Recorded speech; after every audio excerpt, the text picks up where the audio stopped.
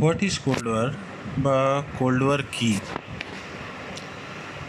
Cold war basically হচ্ছে একটা geopolitical tension, যেটা ইউএস বা আমেরিকা আর ইউএসএসআর বা সোভিয়েত ইউনিয়নের মধ্যে হয়েছিল।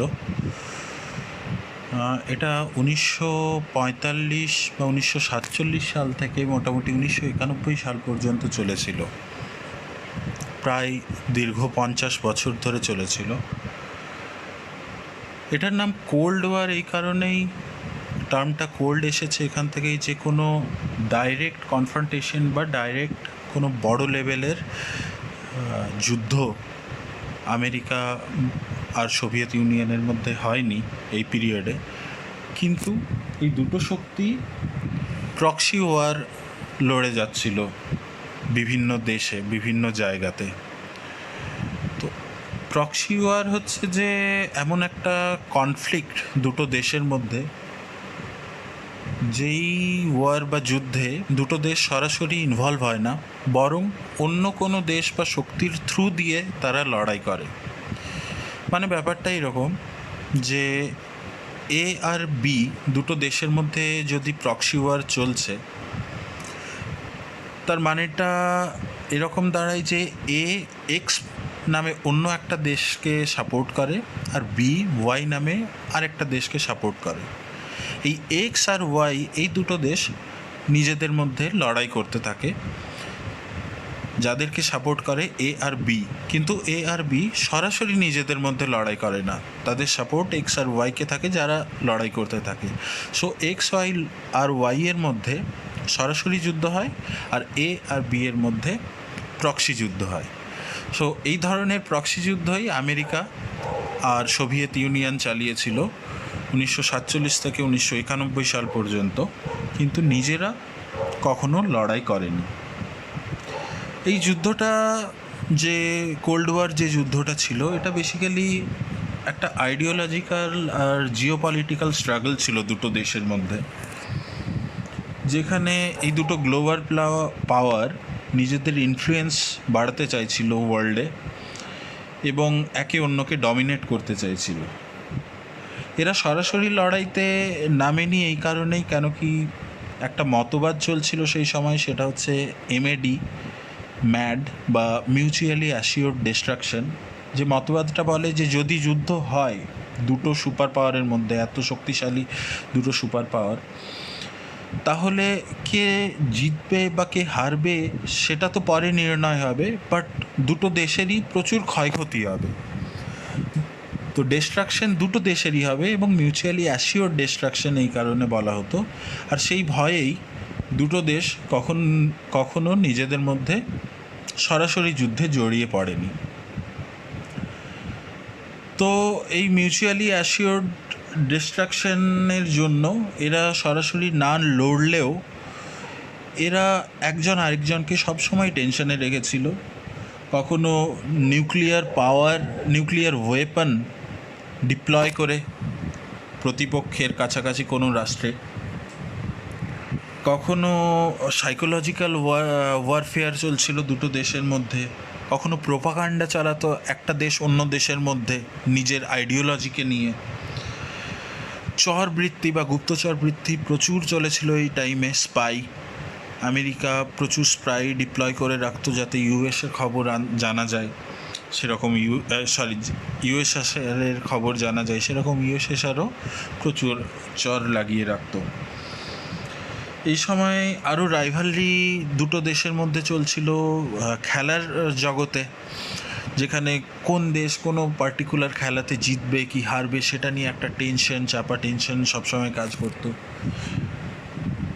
টেকনোলজিক্যাল কম্পিটিশন চলছিল দুটো দেশের মধ্যে, যে কোন দেশ টেকনোলজিতে আগে এগিয়ে যেতে পারে, সেটা পরবর্তীকালে গিয়ে স্পেস রেসেও কনভার্ট হয়ে যায়, যে কোন দেশ আগে স্পেসের ওপর বেশি আধিপত্য ফেলাতে পারে, রাশিয়া, সোভিয়েত ইউনিয়ন না আমেরিকা।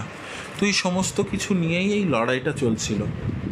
আর এই লড়াইয়ের মূল ভিত যেটা ছিল সেটা ছিল আইডিয়ালে। দুটো দেশের আইডিয়াল আলাদা আলাদা ছিল। আমেরিকা ক্যাপিটালিজমে বিলিভ করতো, আর সোভিয়েত ইউনিয়ন কমিউনিজমে বিলিভ করতো। তো এই যুদ্ধটাকে এইভাবেও দেখা যেতে পারে যে এটা একটা লড়াই ছিল কমিউনিজম আর ক্যাপিটালিজমের মধ্যে। জাস্ট একটু ব্রিফলি এই দুটো আইডিয়ালিজমকে একটু বলে দিই যাতে আইডিয়াটা আরও ক্লিয়ার হয়। কমিউনিজম হচ্ছে যে এমন একটা ইকোনমিক আর পলিটিক্যাল আইডিওলজি যেটাতে প্রপার্টি যেটা থাকে সেই দেশে সেটা কান্ট্রি ওন করে, অ্যান্ড সেই কান্ট্রিতে সমস্ত ইন্ডিভিজুয়ালি কন্ট্রিবিউট করতে থাকে। অন্যদিকে ক্যাপিটালিজম যেটা, তাতে প্রপার্টির মালিকানা থাকে ইন্ডাস্ট্রির ওপর বা কোনো প্রাইভেট ওনারের ওপর, কোনো দেশের ওপর না। কমিউনিজমের ক্ষেত্রে যে সমস্তই সম্পদ থাকে সেটা সমস্ত লোকজনদের মধ্যে, যারা সেই দেশের অধিবাসী, তাদের মধ্যে বণ্টিত হয়, সমানভাবে ইকুয়াল ডিস্ট্রিবিউশনের চেষ্টা করা হয়। অন্যদিকে ক্যাপিটালিজমে যে সমস্ত সম্পদ থাকে সেটা প্রাইভেটলি ওন্ড হয়, কোনো ব্যক্তির কাছে থাকে। কমিউনিজম একটা টোটালিটেরিয়ান গভর্নমেন্ট, অন্যদিকে ক্যাপিটালিজম হয় একটা ডেমোক্রেটিক গভর্নমেন্ট, সাধারণত থাকে ডেমোক্রেটিক্যালি ইলেক্টেড গভর্নমেন্ট। কমিউনিজমে ক্যাপিটালিজমে বেসিক্যালি অভিজাত সম্পদ তৈরি হয়, অভিজাত সোসাইটি তৈরি হয়। প্রফিট আর যে সমস্ত কিছুই তৈরি হয় দেশের, সেটা সমস্তই ডিস্ট্রিবিউটেড হয় কমিউনিজমে। প্রফিট আর সমস্ত কিছু যেটা তৈরি হয় দেশের ক্ষেত্রে, সেটা কমিউনিস্ট দেশে সমস্ত কিছুই পিপলদের মধ্যে ডিস্ট্রিবিউটেড হয়। মার্কেট যেটা থাকে সেটা স্টেট ওন্ড বা স্টেট কন্ট্রোলড থাকে, আর সেখানে ক্যাপিটালিজমে মার্কেট সবসময় প্রাইভেটলি ওন্ড থাকে। সেই কারণে মার্কেট খুব ফ্রি হয় এবং কম্পিটিটিভ হয়। তো এটাই মোটামুটি দুটো ইজম বা ধরন তো এটাই মোটামুটি দুটো ইজমের পার্থক্য। আর এই দুটোরই লড়াই ছিল। ক্যাপিটালিজমকে রিপ্রেজেন্ট করছিল আমেরিকা, আর কমিউনিজমকে রিপ্রেজেন্ট করছিল সোভিয়েত ইউনিয়ন। এই দুটো দেশের মধ্যেই লড়াই হতে থাকে 1947 থেকে 1991 পর্যন্ত, মূলত প্রক্সি ওয়ার হতে থাকে। এই পুরো পিরিয়ডটাকে মোটামুটি ঐতিহাসিকরা 6টা ভাগে ভাগ করে। প্রথম হচ্ছে যে এন্ড অফ ওয়ার্ল্ড ওয়ার, যে সময় তৈরি হচ্ছিল যুদ্ধের পরিস্থিতি, সেই সময়কার ইভেন্ট বা ঘটনাগুলো যুদ্ধর জন্য এগিয়ে নিয়ে যাচ্ছিল দুটো দেশকেই। তারপরে হচ্ছে কন্টেইনমেন্ট অ্যান্ড ট্রুম্যান ডক্ট্রিন বা ট্রুম্যানের মতবাদ থেকেই যুদ্ধের শুরু হয় 1947 সালে। কন্টেইনমেন্ট মানে সংবরণ। এই টাইমে দুটো দেশের মধ্যেই সংবরণ চলছিল, যে সরাসরি যুদ্ধে যাব না, কিন্তু যুদ্ধের পরিস্থিতি অ্যান্ড বাতাবরণ তৈরি হচ্ছিল। 1953 থেকে 1963 পর্যন্ত ক্রাইসিস অ্যান্ড এসকালেশন পিরিয়ড। এই টাইমে যে টেনশন ছিল এটা অনেক এসকালেট হয়ে যায়, অ্যান্ড 1962 থেকে 1979 পর্যন্ত কনফ্রন্টেশন টু দেতান। এই টাইমে ডাইরেক্ট জড়িয়ে পড়ে দুটো দেশ। 1979 থেকে 1985 সাল পর্যন্ত বলা হয় সেকেন্ড ওয়ার্ল্ড ওয়ার, যে সময় সোভিয়েত ইউনিয়ন আফগানিস্তানে ঢুকে গিয়েছিল এবং সেই জায়গা কন্ট্রোল করার চেষ্টা করছিল। এটা সেকেন্ড কোল্ড ওয়ারের ফেজ, এবং ধীরে ধীরে ধীরে ধীরে এই টেনশন কমতে থাকে যখন মিখাইল গর্বাচভ রাশিয়ায় প্রিমিয়ার হয়ে আসেন।